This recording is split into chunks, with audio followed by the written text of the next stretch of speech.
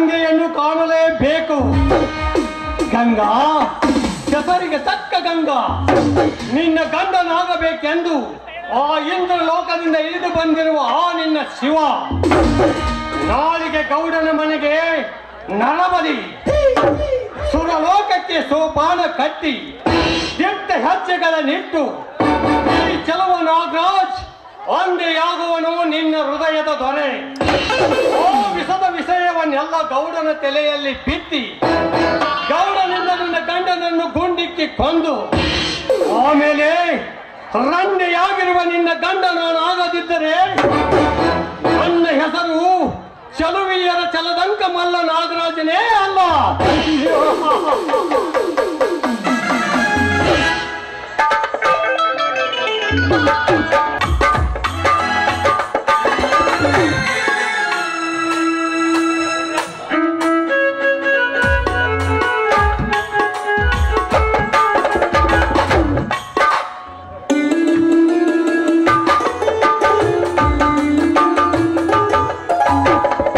ಗಂಗಾ, ನೀನು ಇಂಥ ಸಮಯದಲ್ಲಿ ಕಣ್ಣು ಮುಚ್ಚಾಲೆ ಆಟ ಆಡುವುದೇ? ಆನಂದದ ಭಾಸ್ಕರ ಉದಯಿಸಿ ಬಂದಾಗ ಒಳ್ಳೆ ಸಮಯವೇ ಇರ್ತದೆ, ಅದಕ್ಕಾಗಿ ಬುತ್ತಿ ತೆಗೆದುಕೊಂಡು ಓಡೋಡಿ ಬಂದೆ. ಗಂಗಾ, ಇಂಥ ಸಮಯದಲ್ಲಿ ನೀನು ಓಡೋಡಿ ಏನು ಹೇಳಬೇಕೆಂದು ಬಂದೆ? ಅಂದ್ರೆ ನಾನು ಒಂದು ಮಗುವಿನ ತಾಯಿ ಆಗ್ತಾ ಇದ್ದೀನಿ. ಹೌದಾ? ನೀನು ನನ್ನ ಮಕ್ಕಳಿಗೆ ತಾಯಿ ಆಗುತ್ತಿದ್ದೀಯಾ? ಗಂಗಾ, ನಿನಗೆ ನಾನೀಗ ಏನು ಬಹುಮಾನ ಕೊಡಬೇಕು? ನಮ್ಮಿಬ್ಬರ ಪ್ರೀತಿ ಬಾಳಿನ ಜ್ಯೋತಿ ಆದಾಗ ಪ್ರೀತಿಯನ್ನು ಬಿಟ್ಟು ಮತ್ತೇನ್ ಕೊಡ್ತೀರಾ? ಗಂಗಾ, ಈ ಜೀವನದಲ್ಲಿ ಎಂತ ಒಳ್ಳೆಯ ಗುಣದ ಹೆಂಡತಿ ಸಿಕ್ಕಿಯಲ್ಲ ನನ್ನ ಬಾಳಿ. ಹಾ ವರ್ಣೆ ಸಾಕು, ಊಟ ಮಾಡ್ತಾರೆ ಬರ್ರಿ.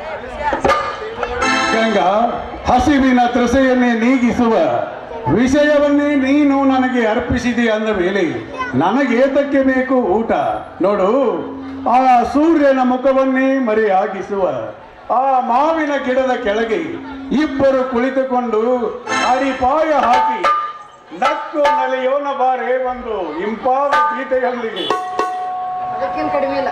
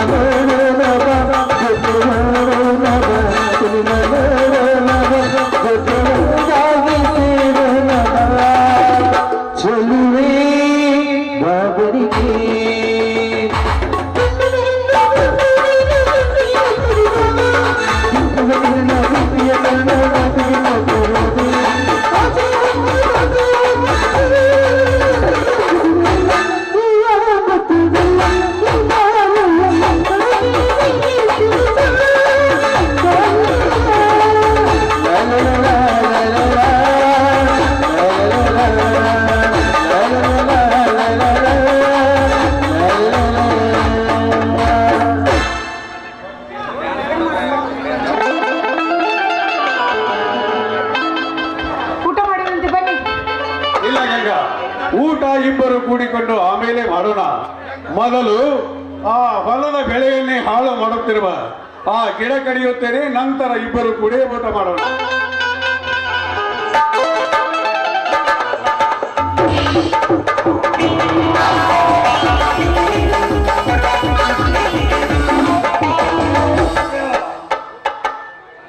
ನಿಲ್ಲಿಸಲೇ ಗಿಡ ಕಡಿಯುವುದನ್ನ. ಯಾಕೆ ಗೌಡ್ರಿ ಗಿಡ ಕಡಿಯುವುದನ್ನು ನಾನು ಏಕೆ ನಿಲ್ಲಿಸಬೇಕು? ಯಾಕೆ ಯಾಕೆ ಎಂದು ನನ್ನನ್ನೇ ಕೇಳುತ್ತಿರುವೆಯಲ್ಲ ಮಗನೇ. ಯಾರ ಅಪ್ಪಣೆಯನ್ನು ಪಡೆದು ಆ ಗಿಡವನ್ನು ಕಡಿಯುತ್ತಿರುವೆ? ಇದೇನು ನೀವು ಆಡುತ್ತಿರುವ ಮಾತು? ನನ್ನ ಹೊಲದಲ್ಲಿರುವ ಗಿಡ ನಾ ಕಡಿಯಲಿಕ್ಕೆ ಯಾರ್ದಾದ್ರೂ ಅಪ್ಪಣೆ ಪಡಿಬೇಕಾ? ಅಂದ್ರೆ ಈಗ ನೀವೇನಾದರೂ ಫಾರೆಸ್ಟ್ ಆಫೀಸರ್ ಹೇಳೋ? ಈ ಹೊಲ ಯಾರದು ಅಂತ ತಿಳಿದು ಈ ಹೊಲವನ್ನು ಗಿಡವನ್ನು ಕಡಿಯುತ್ತಿರುವೆ? ಈ ಹೊಲ ನನ್ನದು.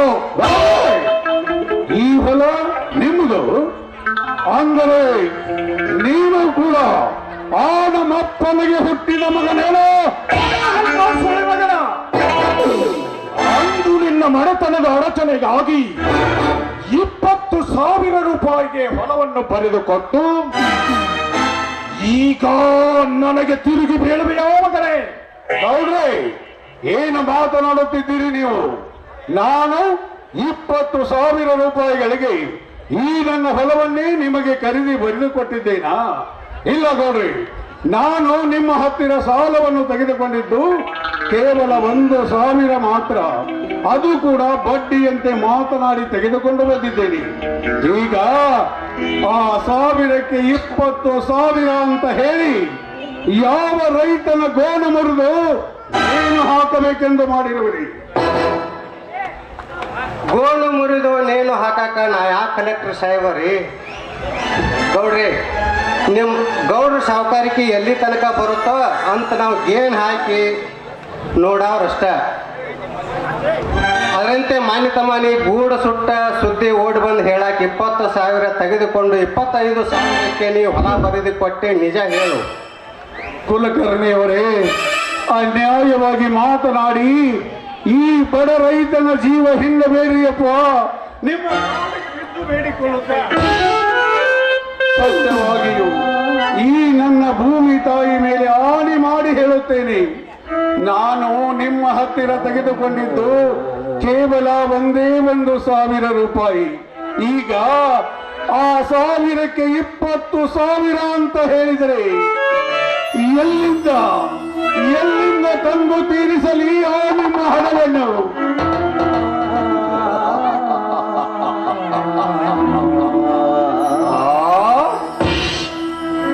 ಎಲ್ಲಿಂದ ತಂದು ತೀರಿಸಲಿ?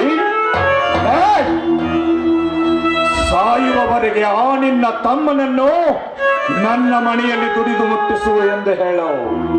ಇಲ್ಲ, ಈ ಹೊಲ ನನ್ನದಲ್ಲ, ಗೌರಿಗೆ ಕೈಗೆ ಬರಕಟ್ಟದ್ದೇ ನಿಜವೆಂದು ಮಗಳು. ನನ್ನ ಜೀವನದಲ್ಲಿ ಏನಾದರೂ ಅಂತ ಸಮಯ ಸಂದರ್ಭ ಬಂದರೂ ಕೂಡ ಈ ಹೊಲ ನನ್ನದಲ್ಲ ಅಂತ ಹೇಳುತ್ತೇನೆ ಹೊರತು ಆ ನನ್ನ ಬಂಗಾರದಂತ ತಮ್ಮನನ್ನು ತಂದು ಈ ನಿನ್ನ ಕೈಯಲ್ಲಿ ಆಳಾಗಿ ಮಾತ್ರ ದುಡಿಸಲಾರೆ. ದುಡಿಸದಿದ್ದರ ಕೆಳಗಾಲ ಬಂತಂದು ತಿಳಿದುಕೊಳ್ಳೆ ದೊಡ್ಡ ಸಂಸಾರಕ್ಕೆ. ತಲಾಟಿ ಬೆಚ್ಚಿವಾದ ಈ ಮಗ ನಮಗೆ ಸಾಲದ ಸಲುವಾಗಿ ಬರೆದುಕೊಟ್ಟ ಕರಾರು ಪತ್ರವನ್ನು ನೋಡು ತಮ್ಮ ಶಿವನ, ಪಂಪ್ಸೆಟ್ಟಿನ ಸಾಲ ತೆಗೆದುಕೊಂಡು ಅಂತ ಒಯ್ದದ್ದು 5,000, ಮಟ್ಟಿಗೆ ಹಿಟ್ಟು ಇಲ್ಲದಂತೆ ಗೂಡು ಸುಟ್ಟು ಹೋಗಿದೆ ಅಂತ ಜೋಳ ತಗೊಳ್ಳಲಿಕ್ಕೆ ಎಂದು ಹೇಳಿ ಓದದ್ದು. ಕುಲಕರ್ಣಿಯವರೇ, ಒಂದಲ್ಲ ಎರಡಲ್ಲ 20,000 ಗಂಟಲೆ ಸಾಲವನ್ನು ನಾನೆಂದು ಬಂದು ನಿಮ್ಮ ಹತ್ತಿರ ತೆಗೆದುಕೊಂಡಿದ್ದೀನಿ. ಶೇಂಗಾ ಮಾರಿ ಬಂದ ಹಣದಲ್ಲಿ ತಿನ್ನಲಿಕ್ಕೆ ಜೋಳ ತೆಗೆದುಕೊಂಡಿದ್ದೇನೆ. ಈ ನನ್ನ ಹೆಂಡತಿಯ ಬಂಗಾರದ ಆಭರಣಗಳನ್ನೆಲ್ಲವನ್ನು ಮಾರಿ ಆ ನನ್ನ ತಮ್ಮನಿಗೆ 100 ಕುರಿಗಳನ್ನು ಕೂಡ ಕೊಡಿಸಿದ್ದೇನೆ. ಅಷ್ಟೇ ಎಲ್ಲ, ಹೊಟ್ಟೆಗೆ ಹಿಟ್ಟು ನೀಡುವ ಗೂಡೇ ಸುಟ್ಟು ಹೋದ ಕಾರಣ ಕೂಡುವ ನನ್ನ 2 ಬಂಗಾರದಂತ ಎತ್ತುಗಳನ್ನು ಮಾರಿ ಈ ಹೊಲದ ಹತ್ತೆಯನ್ನು ಮತ್ತು ನನ್ನ ಮಣಿಪಟ್ಟಿಯನ್ನು ತುಂಬಿ ಬಂದಿದ್ದೇನೆ. ಗೌಡರೇ, ಅನ್ಯಾಯವಾಗಿ ಮಾತನಾಡಿ ಈ ಬಡ ರೈತನ ಜೀವ ಹಿಂಡಬೇಡ್ರಿ ಅಪ್ಪ, ನಿಮ್ಮ ಕಾಲಿಗೆ ಬೀಳುತ್ತೇನೆ.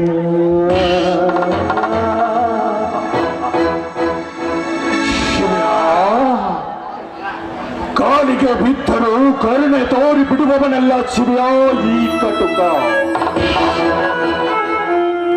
ಹಿಡಿದುದ್ದೇ ನನ್ನ ಹಠ. ಒಂದು ನಿನ್ನ ಕುತ್ತಿಗೆಗೆ ಆಪತ್ತು ಬಂದಾಗ ಕತ್ತು ಹೋಗುತ್ತಿದೆ ಗೌಡ್ರೆ ಎಂದು ಹೇಳಿ ಡಾಂಬಿಕತನದ ನಾಟಕವನ್ನು ಆಡಿ ಈಗ ನನಗೇನು ಗೊತ್ತಿಲ್ಲವೆಂದು ಬಗಳುತ್ತಿರುವೆಯಲ್ಲ ಮಗನೇ. ನಿನ್ನನ್ನು ಕಂಬಕ್ಕೆ ಕಟ್ಟಿ ಮೈ ಶರ್ಮ ಸುಲಿದು ಬಿಟ್ಟೇನೋ. ಈ ಕಾಳಿಂಗ ಸರ್ಪದ ಸಹವಾಸ ಮಾಡಬೇಕಾದರೆ ಮೊದಲು ಎಲ್ಲ ವ್ಯವಹಾರಗಳು ಚೊಕ್ಕಟವಾಗಿ ಇರಬೇಕು. ನೋಡು, ಈಗ ನೀನು ಹೊಲವನ್ನು ಬರೆದುಕೊಟ್ಟಿಲ್ಲವೆಂದು ಮತ್ತೆ ಮತ್ತೆ ಮಗಳಿದೆಯಾದರ ಮಗನ ಇನ್ನುಳಿದ 5,000 ರೂಪಾಯಿ ನಿನಗೆ ಕೂಡ ದೊರಕುವುದಿಲ್ಲ. ಎಚ್ಚರ. ಹಾಗೆ ಹಠ ಹಿಡಿದು ಈ ಬಡವರಿಗೆ ಗುಟುಕು ನೀರು ಸಹ ಗತಿ ಇಲ್ಲದಂತೆ ಮಾಡಬೇಡಿ ನನ್ನಪ್ಪ. ಕಲಿಯುಗದಲ್ಲಿ ಕಲ್ಪವೃಕ್ಷದಂತೆ ಬೇಡಿದವರಿಗೆ ಬೇಡಿದ ಭಾಗ್ಯವನ್ನು ಕೊಡುವ ಧಣಿ ನೀವು. ನೀವೇ ಈ ರೀತಿ ಮಾತಾಡಿದ್ರೆ ಬಡ ರೈತ ಬದುಕುವುದೆಂತು? ನೀವು ಕೊಟ್ಟಿರುವ ಹಣ್ಣು ಎಷ್ಟೇ ಇದ್ರೂ ಕೂಡ ಆದಷ್ಟು ಬೇಗನೆ ಅದನ್ನು ಮುಟ್ಟಿಸೋದಕ್ಕೆ ಪ್ರಯತ್ನ ಪಡುತ್ತೀರಿ. ಆದ್ರೆ ದಯವಿಟ್ಟು ಹೊಲಕ್ಕೆ ಮಾತ್ರ ಕೈ ಹಚ್ಚಬೇಡಿ. ನಿಮ್ಮ ಮಗಳಂತಿರುವ ನಾನು ನಿಮ್ಮಲ್ಲಿ ಕ್ಷಣಗೊಂಡು ಬೇಡ್ಕೊಳ್ತಾ ಇದ್ದೀನಿ. ಗಂಗಮ್ಮ, ಸುಮ್ಮನೆ ಯಾಕೆ ದುಃಖಿಸಿ ಅದನ್ನು ನುಗ್ಗಿ ಸಾಯ್ತೇವ? ಸುಮ್ಮನೆ ನಮ್ಮ ಗೌಡ್ರಿಗೆ ಸೆರಗು ಒಟ್ಟು ಬೇಡಿದುಕೊಳ್ಳೋಕ್ಕಾಗಿ ಸೆರಗು ಹಾಕ್ತೀವ ಅನ್ನುವುದು ಇನ್ನೇನು ಉಳಿಯಲಿಲ್ಲ ತಲಾಟಿಯವರಿಗೆ. ನಾನು ಬರೆದುಕೊಟ್ಟ ಆ ಕಾಗದ ಪತ್ರವನ್ನು ಒಂದು ಸಲ ತೋರಿಸಿರಿ. ಅದರಲ್ಲಿ ನಾನೇನು ಬರೆದುಕೊಟ್ಟಿದ್ದೇನೆಂದು ಓದಿ ನೋಡುತ್ತೇನೆ. ನಾನು ಬರೆದುಕೊಟ್ಟಿದ್ದೇ ನಿಜವಾಗಿದ್ದರೆ ಸಂತೋಷದಿಂದ ಈ ನನ್ನ ಹೆಂಡತಿ ನಾನು ಈ ನಮ್ಮ ಹೊಲಕ್ಕೆ ಕೊನೆ ನಮಸ್ಕಾರಗಳನ್ನು ಸಲ್ಲಿಸಿ ನಮ್ಮ ಪಾಡಿಗೆ ನಾವು ಹೋಗಿ ಬಿಡುತ್ತೇವೆ. ಹಿಂಗೆ ಅಂತಾರಲ್ರಿ ಇವ. ಹಾಗಾದರೆ ಕೊಟ್ಟು ಬಿಡು, ಬಡ್ಡಿ ಮಗ ಓದಿಕೊಳ್ಳಲಿ. ಇದೇನೋ ಗೌಡ, ನಾನು ಸಾಲದ ಸಲುವಾಗಿ ಬರೆದುಕೊಟ್ಟ ಖರೀದಿ ಕರಾರ ಪತ್ರ. ಹೇ ಗೌಡ, ಇಂಥ ನಕಲಿ ಪತ್ರಗಳನ್ನು ಬರೆಸಿಕೊಂಡು ಎಷ್ಟೋ ಬಡವರ ಮನೆಗಳನ್ನು ಮುರಿದಿದ್ದಲ್ಲದೆ ಮಗನ, ಈಗ ನನ್ನ ಮನೆತನದ ಮೇಲೆ ಎತ್ತು ಬಿಟ್ಟಿಯ ನಿನ್ನ ಹದ್ದಿನ ಕಣ್ಣು. ಗೌಡ, 1000 ವರ್ಷವಿದ್ದರೂ ಸಾವಂತೂ ಯಾವ ಮಗನ್ನು ಕೈ ಬಿಟ್ಟಿಲ್ಲ. ಈ ನನ್ನ ಜೀವ ಈಗಲೇ ನಿನ್ನ ಕೈಯಲ್ಲಿ ಹೋದರೂ ಚಿಂತೆ ಇಲ್ಲ.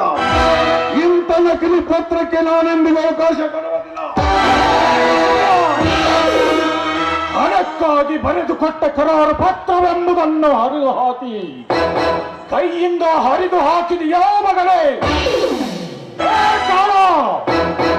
ಅಪ್ಪಣಿ ಕೊಟ್ಟ ಬೆಳೆದನಿ ಎಳೆದುಕೊಂಡು ನಡೆಯೋ ಈ ಮಗನನ್ನ, ಕಟುವಾಗಿ ನುಡಿಯುವ ಈ ಕಟುಕನನ್ನು ನಮ್ಮ ಮನೆಯ ನ್ಯಾಯಗಂಬಕ್ಕೆ ಕಟ್ಟಿ ಮೆಟ್ಟಿಸಿಲಿ ಬಿಡೋಣ.